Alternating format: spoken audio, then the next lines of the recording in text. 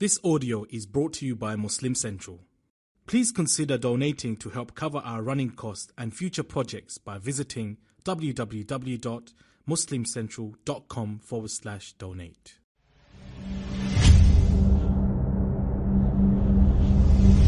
Does making the hereafter our primary concern mean losing out on this life? I'm Yasmin, Mogahed, and this is a tip on success and happiness. The Prophet ﷺ tells us in a very profound hadith about two worldviews and two groups that have those two worldviews. The first is a person who makes the hereafter their primary concern. And the second is a person who makes this life their primary concern. Now, each of these two worldviews have consequences that go along with them.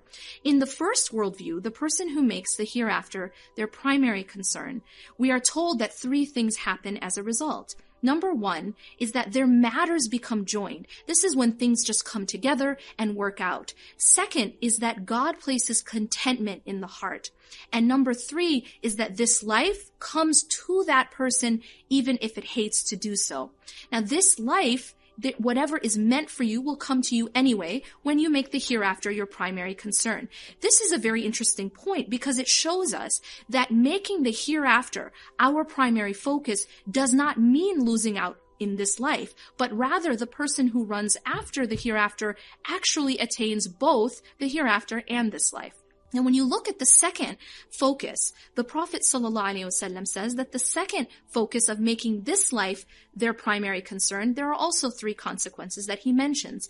Number one, he says, is that their matters become scattered. This is, you know that feeling when no matter what you do, in one aspect of your life, something might be working out, and then in 5 other aspects, it's falling apart. No matter what you do, you can't seem to find balance. You can't seem to bring things together. This is actually a consequence of making this dunya our primary focus. That things don't work out, that things become scattered, our affairs become scattered. Number two, the very interesting wording that the Prophet ﷺ used, جَعَلَ الْفَقْرُ بَيْنَ عَيْنَيْهِ, which means that poverty is put between his eyes. Now, if you think about a person who has poverty between his eyes or has anything hanging between his eyes, he or she can never avoid seeing it. It's something you always see. It's a feeling of never having enough. It's a feeling of always being poor. It's a feeling of that I don't have enough. It's a lack of contentment. That when you make this life your primary concern, you never feel like you have enough and you always feel poor.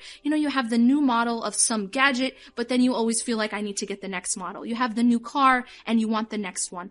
And then number three is that this life does not come to him except what was written for him. So this whole hadith really summarizes these two worldviews, and it teaches us that if we want success and happiness in this life, if we want contentment in this life, we actually need to chase the next life. And that chasing this life actually has the opposite effect, which is that our matters become scattered and we have discontentment in our hearts.